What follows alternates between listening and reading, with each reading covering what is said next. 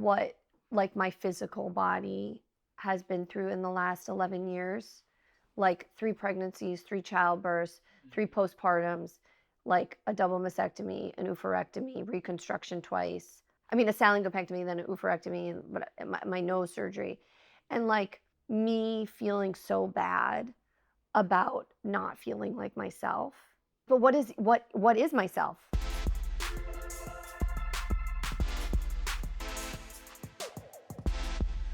My genetic mutation BRCA2 puts me at a very high risk for breast cancer and a heightened risk for ovarian cancer. And the medical protocol or the medical suggestion was that you do a prophylactic double mastectomy, and which I did a couple years ago, and then you do a prophylactic, what's called an oopherectomy, which is the removal of the ovaries before 45. Because what the data shows is that after 45, with the BRCA mutation, BRCA1, there's BRCA1 and BRCA2, you are at a much heightened risk for ovarian cancer. BRCA1 being a more heightened risk, and BRCA2 being a heightened risk, but less so than BRCA. And there are a lot of other genetic mutations that they've identified, and a lot that they haven't. The way I experienced finding out that I had BRCA2 and the medical advice that my husband and I got was that like breasts were a top priority, because the risk was so high and because I fit a really perfect profile for them. I was young. I was like a couple days into my 40s. I literally turned 40 May 2nd and found out I had BRCA, I think May 10th. I had we had had our children. We had decided not to have any more children. I had nursed all my children, which not only, you know, like the utility of the breast for breastfeeding, of course, but breastfeeding is also a protective factor in breast cancer, and so that was kind of like another thing that they were happy that, in terms of like my profile, and the physical experiences of a double mastectomy, when done well, I think are minimal, in the sense that you can recover fully with no pain, and have full, mobility and ability to carry stuff. I mean, like it takes a long time. Like you can't carry anything for 6 weeks, and you can choose to have reconstruction or not have reconstruction. A lot of people decide to go flat. I decided to have reconstruction. I guess for whatever reason, and we can go into it, the decision to have a prophylactic double mastectomy was very easy for me.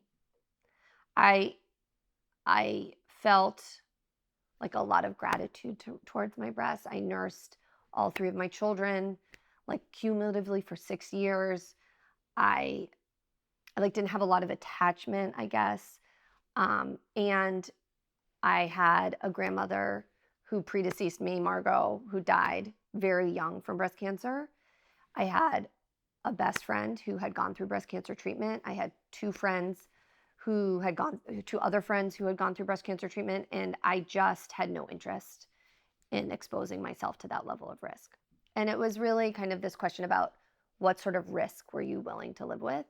And I just, like when confronted with the idea of managing my risk, which would have been an MRI and a mammogram every 6 months, which also, of course, has negative side effects, but just like knowing that every 6 months I would have to go through that in the screening, and and living with that risk and having 3 very young children, it just felt like a total no-brainer for me.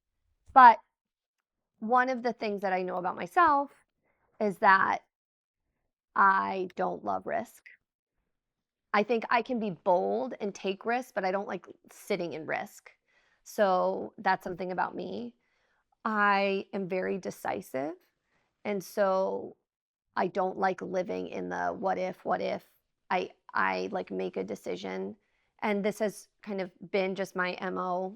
I don't know exactly why. I mean, I have some ideas, and kind of probably was like a coping mechanism, but I just knew that I didn't want to sit in the risk. I think the other thing, and this is something that I wish I had known or someone had shared with me, because I know there are a lot of other people like this out there, is that in times of chaos, I'm really good. Like, I can be very clear. Like, you want me, in emergency.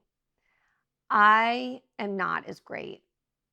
I am actually terrible with kind of figuring out how to pick up the pieces after the emergency. And so I think that's been the hardest part of all of this for me, that once we found out about my genetic mutation, it was like go time. And that actually felt in weird ways like very comforting. Like there was like a schedule. It was immediate. I found out in May. We started meeting. I found out I had BRCA2 in May. By, I think, middle of June, I had my double mastectomy scheduled. Josh, is that right? Okay. How did you find out you had BRCA2? Just give you a sense of time. So we're at 9:40, so 45 minutes. So I think if we got like 15 more. Yeah. I found out I had BRCA. So I found out I had BRCA2 through my dad's cancer treatment. My dad was diagnosed with stage 4 prostate cancer in February of 2021. Through the course of his treatment, his doctor very astutely made a connection between his cancer and my grandma Margo's cancer. Of course, genetic testing in the 70s wasn't available. My dad was actually a little resistant to getting tested, which is interesting. He was like, well, why would I get tested? And it was, I convinced him, obviously. I was like, you're getting tested for Max and me. And as soon as my dad found out, he found out in May. I remember when he found out, because I got an email because I was away with my best friend Nora for my 40th birthday. And as soon as my dad's genetic profile came back, I just knew. I just had this intuition that I would have it as well. So then stuff moved. I mean, I had been asking for a mammogram for years. Tashira, as we all know, had breast cancer when we were in our 30s. My friend Judith had breast cancer when we were in our 30s. I knew that I was at somewhat of a heightened risk because of my grandmother's breast cancer. And I just, every time I went to my PCP, they wouldn't send in the referral. I got bad medical advice. My PCP told me that breast cancer does not flow from the father's side, which is just totally incorrect information. So if you believe that you are at a heightened risk for whatever reason, whether it's genetic, whether it's environmental, whether you feel something, it's really up to you. And I wish I had pushed earlier because as this was all happening and before, I had shared with my doctors, both my PCP, my OBGYN, then my breast surgeon, then my plastic surgeon, that this was all before, that I was still lactating. And it didn't make any sense because I had stopped breastfeeding in early February 2021. And I remember exactly because I spent 5 days away from my child because it was so hard to wean for both of us, but it was just, so I remember the exact week where we just stopped. And then I was seeing doctors months later, like May, June, July, and every time I pressed on my breast, something came out. And I had, been through breastfeeding before. This was not normal for me. And every time every doctor was like, well, you've breastfed. Well, and again, it was like, when I think back to these moments where I wish I had pushed harder, those were, it didn't end up being as bad as it could have been. But if I hadn't been scheduled for these surgeries, it could have, because I was supposed to have a nipple sparing double mastectomy, which is like the best of all possible scenarios for a prophylactic mastectomy. They basically cut under, I think this is not medical advice, cut under the breast and then remove the tissue, and then either use your body's fat or use an implant, which was my decision, and we can talk about that too. And in the middle of the surgery, it became an emergency because I don't know exactly what happened, but I think they probably saw that my breast was leaking, or they pushed on part of my chest and something came out, and then they did a quick biopsy, and turned out that I had precancerous cells in my nipples. And so the surgery, which was supposed to be 4 hours, ended up being 7 hours because I called my husband in the middle of the surgery. He became very upset, of course, because what decision is he going to make? When he was recounting the story to me, like, our surgeon called him while he was on a run, and Josh said to the doctor, like, what do you want me to tell you? Margo's been telling you about this for months. And are you asking me what you should do? Because Margo would want you to do whatever you can do to not, or Margo would want you to do whatever you need to do to help prevent her from getting cancer. But it was a shitty way to wake up from a surgery. But I was okay. I really was. I mean, I like, of course, like, that was why I was doing this. So, like, I didn't want to lose my nipples. It's not like anyone wouldn't, you feel very, what's the word, like, disformed, or I don't know what the word is. But anyway, so that was kind of my surgery story. Did you know it was a possibility that could happen? Did anybody even talk about, like? Yeah, I mean, did I know it was a possibility? I knew it was a possibility, like a C-section is a possibility when you're planning on having a vaginal delivery.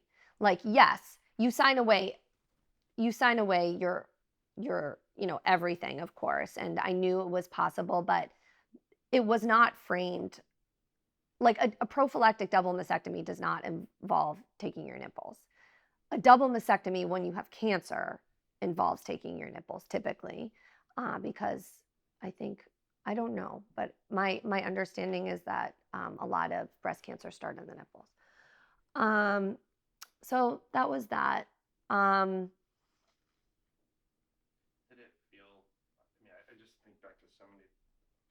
It reminds, like, my so Lacey's grandmother on her dad's side. Back in the, so many of our relatives would have died from breast cancer back in those days, because they didn't know what was going on, but they also often didn't tell them what they were even going through, right? And the husband might know what was happening, but like the woman wouldn't. So it's funny that, yeah, so like our decision, which was really my decision, was to be like very open about it. I was like, this isn't a secret.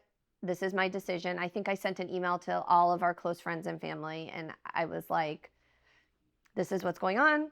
This is what I've decided. This is what the schedule is going to be, like approximate schedule is going to be for the next, foreseeable future. And this is what I think I'm going to need. And like, to my earlier point about like being in the crisis and being really clear-headed, it just felt like a no-brainer for me. I know that's not everyone's experience. I also have a very high pain threshold. I was not afraid of recovery. And in many ways, my recoveries, my immediate recoveries, were very cathartic and felt very like clarifying to me about what was important, what I needed, what my body needed, what my mind needed, what I wanted to do with my time. Through those recoveries, I like made a huge professional shift. Yeah. So that was, it was, I don't look back on 2021 and 2022 as a dark time. at all, which again was very personal to me. I think like I had like a lot of like weird and bad medical experiences. My surgeon, I would argue, was like deeply problematic. She's also like one of the most highly regarded breast surgeons in Boston. She, when I came in to see her, for example, for I don't know, like for an intake, I guess, she like criticized my body. She was like, "Well, you can tell you've breastfed, or like you're gonna be happy, after the surgery." And like no one wants to go through this. And I think while I am very grateful for my plastic surgeon, and I don't think I look like abnormal, I certainly don't look like myself, and I had no interest in having this form of reconstructive surgery. Like I would have never done this. I don't like I would never like opine on someone else doing it if they wanted to, but that was just like never in my agenda for my own physical development. So, I mean, I can go on and on about kind of the weird medical stuff. Um, but I would like to go into the menopause. Yeah, no, and that, Anything I'm missing? I mean, Joshy, anything? things where it's like, Yeah, anything. I'd love to just on another day, like set aside a big block of time and just talk about. You're so compelling the way you tell the story, the way Oh, you tell these things. thanks. It's so. Yeah, anything. And we can, oh, yeah, we can go deeper. And like once you pull stuff from this, like we can go into specific. I think like there's going to be stuff we could pull, like why did I decide to get an implant? Like I went over the muscle as opposed to under the muscle. There's a type of reconstruction that a lot of women do called deep tissue, which is using your own body's fat. So basically you get, it's like uh, they take your stomach fat. So they do a cut from hip to hip. It is like considered more natural because you're using but it is a much tougher recovery. I think in the wellness, in some of the like online wellness stuff around cancer, it is like the more preferred route, but I think it is also problematic, particularly for women who have young children, because the physical impacts of doing deep surgery, I mean, like you are laid up. Um, the reconstruction, honestly, with an implant is very low key comparatively. Also, a lot of women, like I wasn't a good candidate for deep. Um, anyway, there's like lots of things we can go into. I think there's also a lot of online chatter around breast implant disease. So there's a lot of online chatter that people develop autoimmune responses to foreign objects in their body, of course. Like we all respond differently to environmental factors. And there are people who have a negative response to breast implants. But like the research I did and the conversations I had with my plastic surgeon is that those are very, very rare. And so I guess I also like skew, like if I could be all natural, like of the land, eating organic, like non-medicated at all times, that's where I would want to be when I think of my highest self. And also, I'm very grateful that I got a breast implant. And so I would like to be able to have that conversation later on too, because I think a lot of people are shamed away from doing the surgery because of like this like toxic. I feel like came so much from like news reports in the 90s. Right, but it's like a similar conversation around estrogen, right? So it's like the breast implants of the 90s were problematic. The breast implants of 2023 are not problematic. And it's the same conversation that we continue to have around supplemental estrogen, right? Like there was a botched study that basically sidelined women's health for decades. And I think about myself, but I think about some of my dearest friends who are going through like serious menopausal symptoms. And I had a friend who was having like up to 50 hot flashes a day and went on supplemental estrogen last year and is totally fine.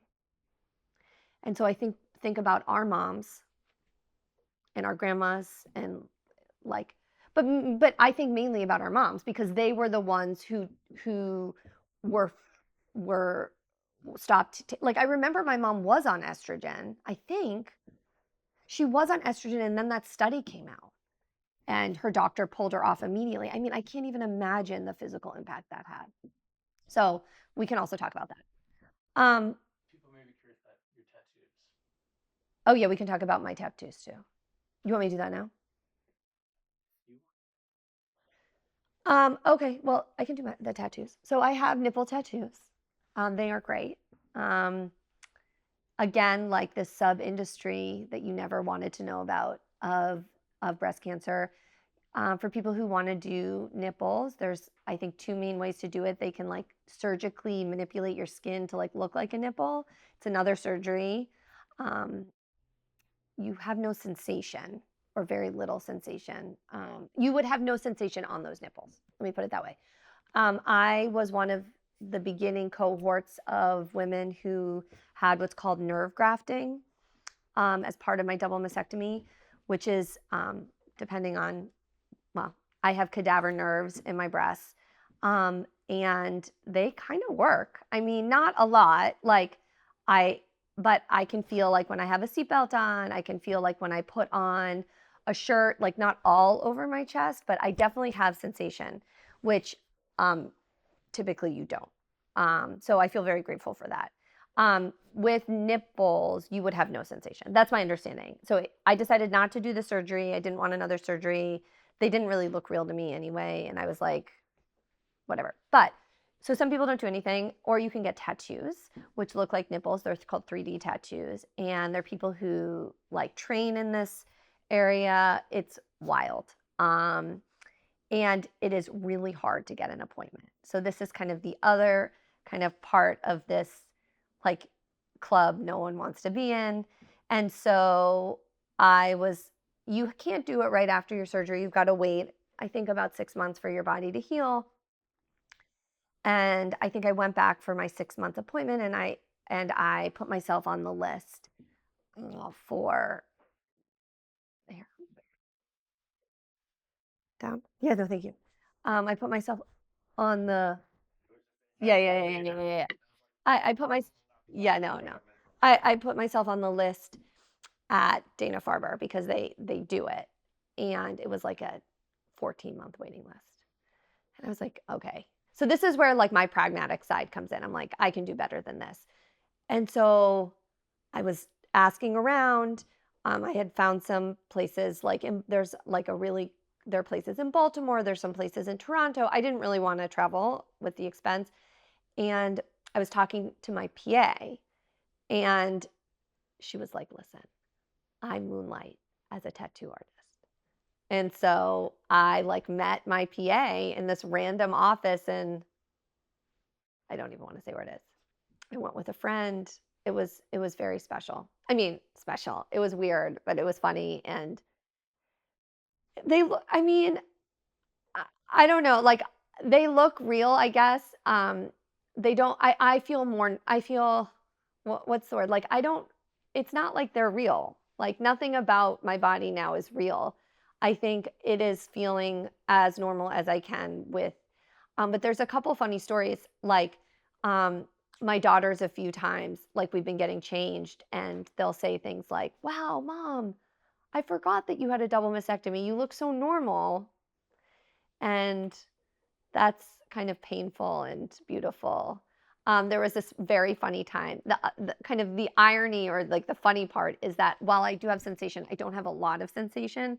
And so when I'm swimming or like if I wear something low cut, I do have to be very careful because I don't want to flash people. Like that's not, I mean, if you do, great, but that's like not my thing.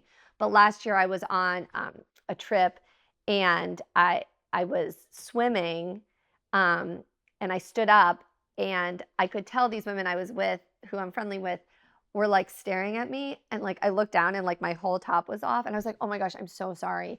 And I don't know if they knew. I think one of them knew and one of them didn't. They were friends of mine from yoga. And I was like, oh, I'm like so sorry. And my friend Rachel was like, no, they look good. Like, it was very sweet. Anyway, there's like funny parts of the pain, I guess. You have to laugh. I think what I did not expect about all of this was how hard it was for me to have the salingopectomy in November 2021. That is removing my fallopian tubes. And then I had an oopherectomy, which is removing my ovaries this past October, so a couple months ago. The salingopectomy is like akin to like getting your tubes tied. They don't tie your tubes, they catheterize them, cauterize them. Now they cauterize them. And new data is coming out that for women who are done having children, having a salingopectomy is a protective factor against ovarian cancer. So, because there is data that shows that ovarian cancer often starts in the fallopian tubes. So, I have friends, for example, who have had C-sections over the last few years who are done having children who've had salingopectomy. So it is a surgery or a procedure that they are doing more frequently now. I was shocked how hard it was to go through with that surgery. And it really, I was shocked. I was really emotional about it. I was very, very sad. And I think it brought up in me why a lot of this can be hard in general. You know, my husband and I had already decided not to have more children. He ironically had had a vasectomy like 6 weeks before my BRCA diagnosis. And I had no interest in having more children of my own. I have 3. And I did not realize how much of my identity was wrapped up in being fertile and like being a woman as I was. Like you know, I'm like a pretty I experience myself as like pretty disorganized and like not on top of stuff, but like I tracked my period for like every month from the time I was 14. I was like very interested in women's health. I was very interested in my body and like what it was able to do. I just was not prepared for how hard that surgery was to go through with. And then, so I decided to do the salingopectomy first because I was not prepared to have a double mastectomy and an oopherectomy within the same year. Yeah. When you said it was hard to go through with, do you mean hard to go through with in terms of preparing yourself, like mentally? Oh, it was just I was surprised by how conflicted I felt about moving through that surgery, where I had felt so clear about the double mastectomy, despite kind of how fucked up it was, right? Objectively, like the surgery, like the salingopectomy is an easy surgery. It's laparoscopic. It's literally like 30 minutes.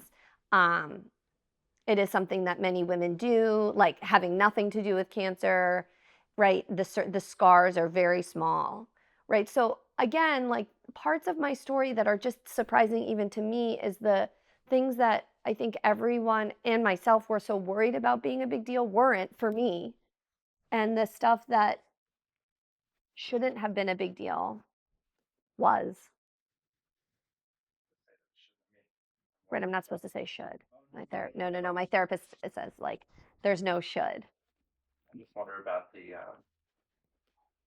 Do you think part of it was the finality of it, or I'm curious what after Yeah, I think it was the finality. I think it was the first.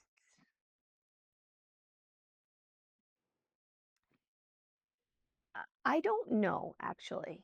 So that's the thing that was so hard, particularly the salingopectomy, right? Because like I still got my period. I like it was like other people use this as a birth control method. But for me, like I didn't need that birth control method, or I didn't want that birth control method. And I don't know, like I think I maybe held out like deep down that maybe I would like be a surrogate for someone, even though I was like old. I had like talked about doing that before.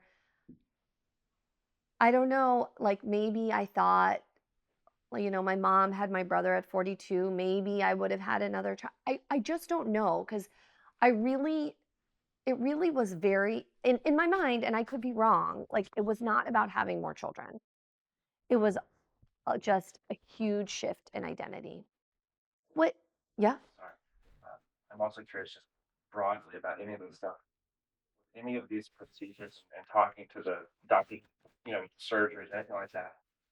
How much did any of them ever really talk to you about, like, what you might need from a mental health standpoint following? No. But I knew I was going to need support. Never. No.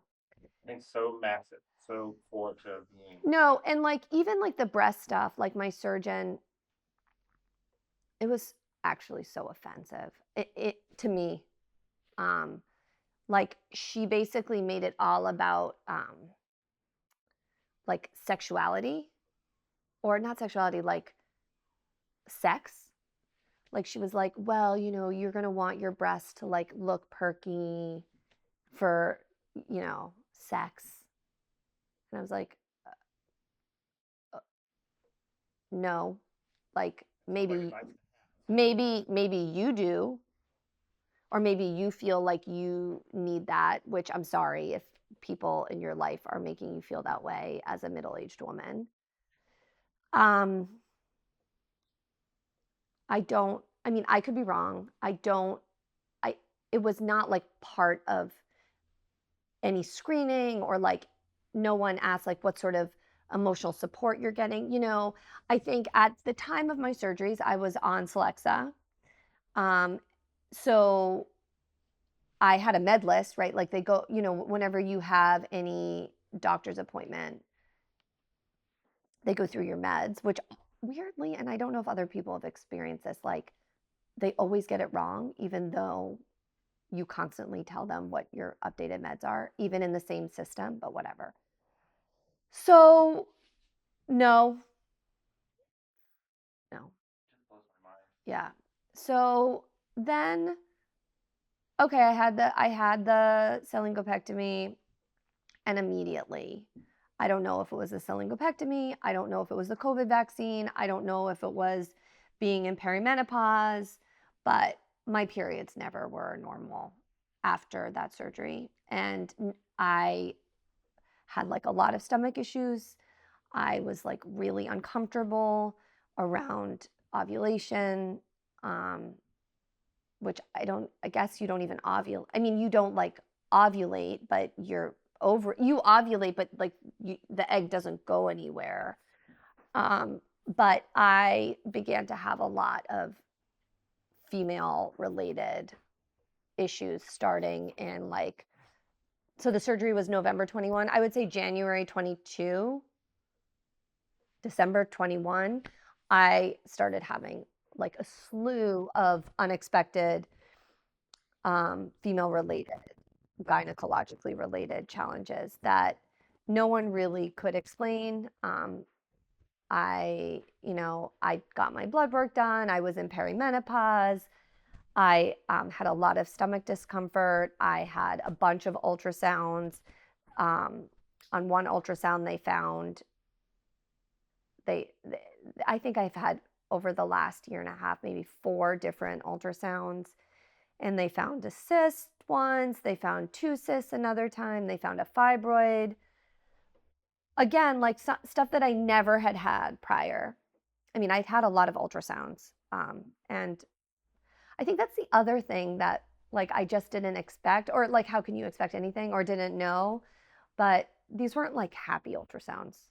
They weren't sad ultrasounds. They weren't like diagnosing a miscarriage or something, but it's like every time I'd go in, it's like, are you going to find cancer? Or like, what is going on? Like, why do I have like a bulge on the left side of my stomach? Anyway. And so this kind of was going on while I'm still living with my heightened risk, right? So like my risk dictate. I mean, again, people can do whatever they want with their risk, but I had this like 45 in my head that, I was going to have the oopherectomy by 45. And then one day I just said to my husband, I was like, I'm just going to do it. Like, I don't know what I'm waiting for. I'm so uncomfortable. I feel like every month it's like, am I going to bleed? Am I going to like, I was like spotting throughout the month. One month I bled for like 21 days. I got super anemic. I don't know. Like it just, my body never reacclimated. And I don't know, like, I've had friends over the last couple of years who've had weird reactions to the COVID vaccine. And I don't know if we want to go down that rabbit hole, but it could be that. It could have been this. I mean, the highest probability is that it was a surgery and my body like developed a lot of scar tissue around the cauterizations, cauterizations. That's kind of my hypothesis, but no one really took me seriously. And so I did decide to get the oopherectomy in October of this year. So at the time of filming, so about 2 months ago. And physically, fine. Like it was an easy, for me, it was a relatively easy surgery to recover from. I had breast reconstruction at the same time. We can go, I want to do a whole, we can go into that later. But anyway, I wouldn't have done the breast reconstruction, but they were able to schedule an OR to do that at the same time. So I would never have gotten another breast surgery, but it was easy. So physically, the recovery from both was fine. I would say the hardest part was that I wasn't able to carry my children I was supposed to not carry them for 6 weeks. I did not carry my youngest for 4, which was very difficult. And like, I think the cumulative effect of this now being the fourth time over the last 2 years where I wasn't able to hold my daughter really impacted her. So I also want to do something about kids. So she regressed a lot, was wetting her pants every day in school, was crying a lot in school. I mean, this is a child that has been potty trained for 2 years and has gone to school for 2.5 years, so at the same school, and loved it. And so that was very difficult. But physically, my recovery was fine. I think the after effects of the oopherectomy have been, for me, very hard. Yeah. And I think this is like an area that I wish more people talked about. Like, I feel like a stranger in my body and in my family and in my world and in my mind. And like, what is real? Like, what is just hormonal? And what's mental health? And what's like dealing with the grief of the last couple years? My experience was also, everyone's experience is unique to them. Mine also had this unfortunate interlude where my dad had a near fatal accident last year. He's okay, but like, what's that? Our dog died. Our child had a mental health crisis. Like, it is very, and like, we moved. And so all of these in and of themselves are like big things. And so for me, it's been very hard to be like, okay, this is recovery. This is like moving through this phase of life. And this is where you need mental health help. And I don't know if I have any advice for anyone. I mean, it's just been so hard. So like, for example, over the last, I would say 6 weeks, have been experiencing like unrelenting coldness, like so cold. So fall of 2023 in Boston has not been that cold relatively, right? We're not like in LA or something, but it has not been cold. I've not been outside that much because I've been so fucking cold. Unrelenting cold symptoms and just total exhaustion, like total exhaustion. Like I can barely walk up the stairs without like stopping.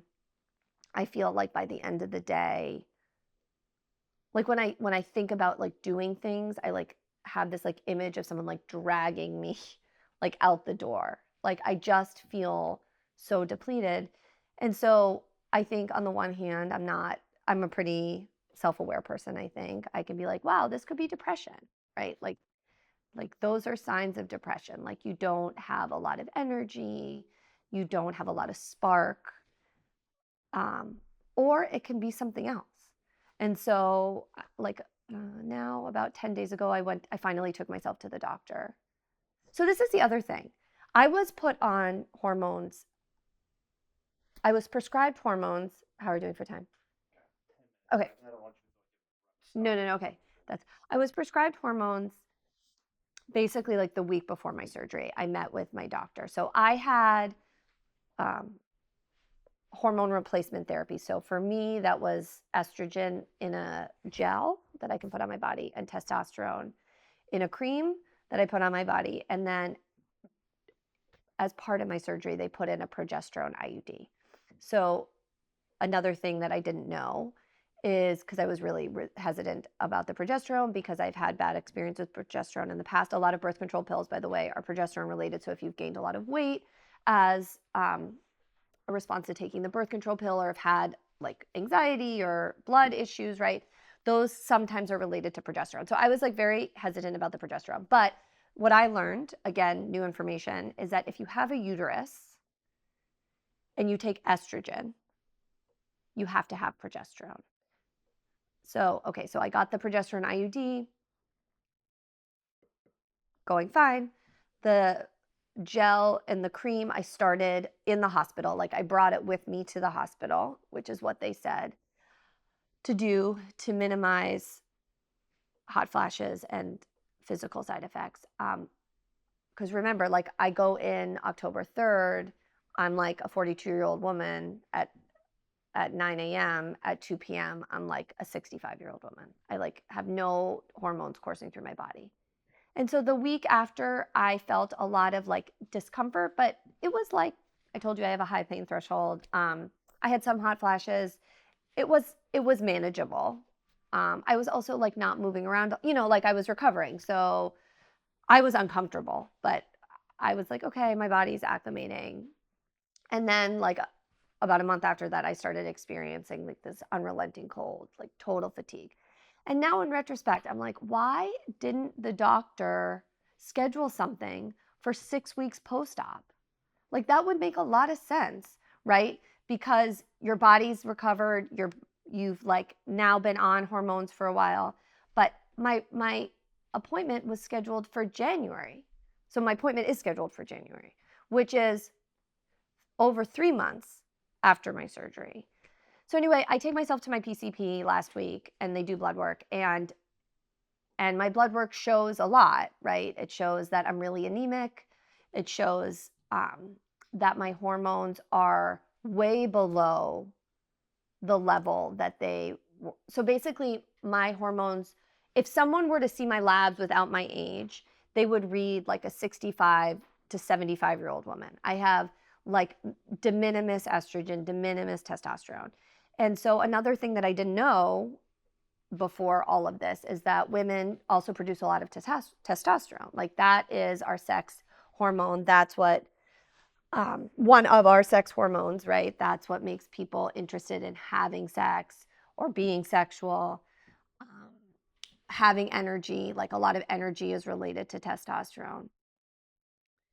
So, okay, my blood work shows like all this stuff, which is like informative, right? It can explain why I'm so tired, right? Like being anemic and having low hormones can make you tired. It explains why I feel like not in my body, not comfortable maybe in my body. In some ways, it explains why I don't have energy to like work out or, you know, do all the things that I normally would want to do in a day. But this is kind of this area where no, like it also could be that I'm depressed. Um, and it's it's like one of these things where I feel like I've been like shooting in the dark, trying to like figure it out. And I have like all the privilege, right? I have private health insurance. I'm in Boston. I was fast tracked into this specialty high risk breast cancer group. Um, I have a partner who's very supportive. I have a family that's supportive. We're economically stable. I was able to take some time off from work, and I still feel so crappy. And I think the other thing that's so hard is like this feeling of like, is this it? Like, is this now how I feel for like the rest of my life? And I've always like pursued feeling good and feeling joy and like trying to be strong and healthy. Like, what does healthy even mean now? You know, being like good examples for my kids. And like the other day, I don't know what we were doing, but like Valea, my middle, said something like, well, mom's always tired. And like, well, I don't want them to like aspire to like white knuckle it through life like I've done in many different phases, or like feel like they have to be like superwoman, or like, you know, have their identities raveled into, not raveled, like identities. I don't want them to feel like they need their identities attached to certain things, right? Like, as a, I don't want them to feel like they have to have their profession as their identity, or their marriage status as their identity, or their parenthood status as their identity. I want them to know and feel that they can be whoever they are, and that that can change. But that sucked because like I was a super mom, you know, like, and like I worry that like they're just going to like remember me as like tired, or like diminished, or like not able to have a job, or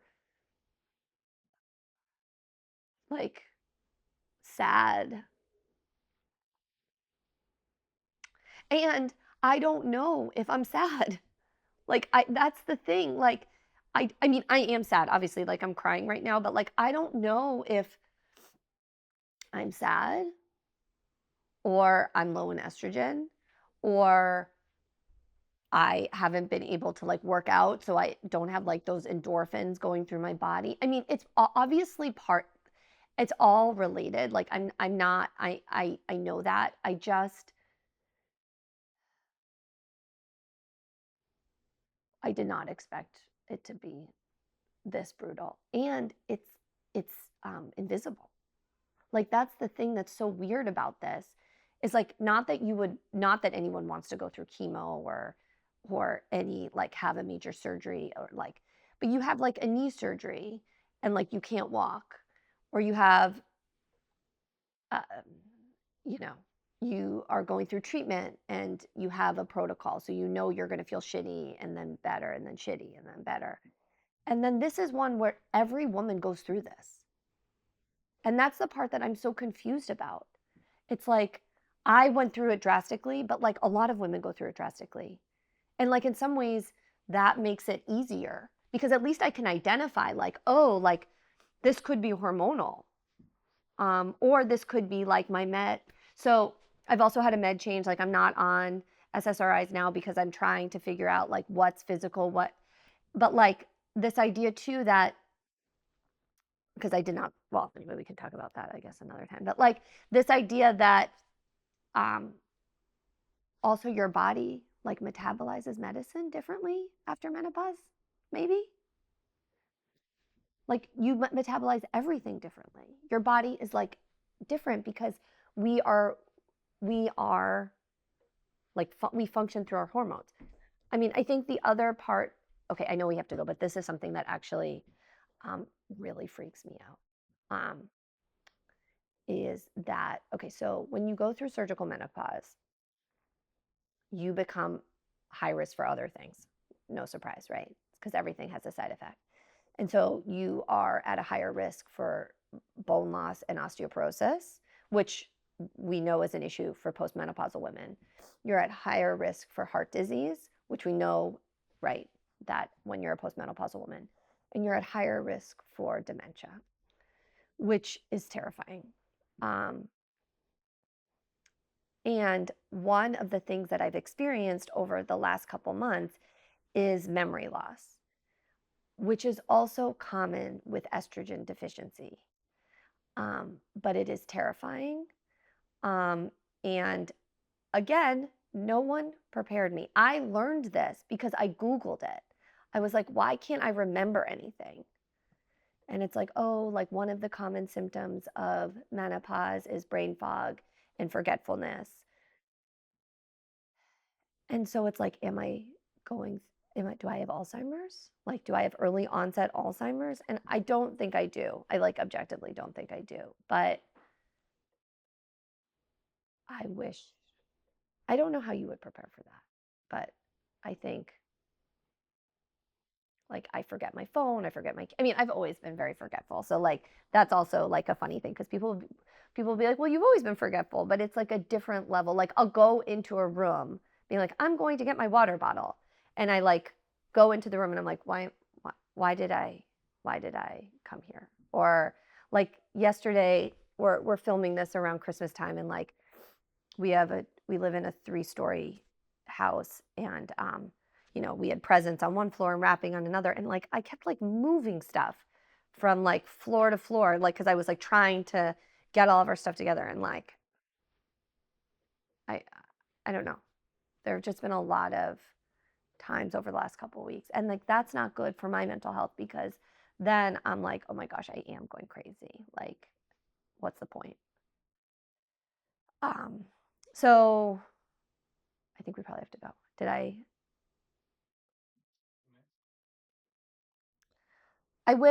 think one of the things that I do hope that the platform can provide for people is obviously not medical advice, but like there is a lot of chatter online around menopause, and I don't want to be part of the chatter, right? Like, I mean, I guess we are part of the chatter because we are like our online chit chat club, but like, I think there's always this energy in our society towards like solving things and like, oh, if you just go on this supplement, if you just take this hormone, or if you just do this, or you just meditate every day, you blah blah blah. All those things are really important. I aspire to have that, but I think this is a change that everyone who is born with female reproductive organs is going to go through, and there's no way to go through it without some pain and like just like sitting in the pain and like normalizing the pain because you can't like fix it. It's like everyone goes through puberty. It's miserable. We talk about that. And like there's things we can do to mitigate, like if you have like cystic acne, you can go on, creams or if you're depressed, you can like get mental health treatment. Like of course, like we should like try to make our lives easier, but I think like normalizing the phase and the change like some of like it's normal not to have as much energy. Like that's not a bad thing. Like that's just normal, right? It's normal to feel foggy. Like that will alleviate at some point. Or maybe you need some supplemental hormones. You're never going to feel like you did when you were 28. You're going to lose muscle mass. That's just normal. And I'm like in it right now. And I can say that, like when I say it objectively, it's like, of course, yes, like my body's not going to be the same. My mind's not going to be the same. And I have not been able to like believe it. Your example about puberty is kind of amazing, right? Because like that's a time no one would think it's any one thing, right? It's like this whole constellation of things. Right, like we know kids going through puberty, like we have a child going through puberty right now. She sleeps a lot. She needs to sleep a lot. She's growing. Her body is changing in all of these. I mean, there's also like an irony, right? That like as I lose my fertility, like I have this like little rosebud coming through, um, which is amazing. But you know, she has mood swings. We would expect that, right? She has existential crises about who she is and where she belongs in the world. We would expect that. She's figuring out herself. And like, what if we like just change that frame from like, okay, it's puberty, it's it's adulthood, it's midlife, and like it's like both physical and hormonal and mental and like all of those things are normal. They're just normal. It's like we wouldn't expect someone who's just given birth to walk out of the hospital looking like they did 11 months before or feel the same way. Like you have a child or you don't have a child or you have a loss or you experience pregnancy and you're forever changed. And like maybe this phase of life is like that too. And it's just like never been framed that way because it's always been framed as like how to feel youthful. Like how are you going to feel youthful? But like I don't know. What maybe it's not like maybe it's like how can I feel like 42? Or for me like 50. I don't know, or 55. I would go with 55. I'd feel better at 55 than 70 right now. Okay, anything else? Good.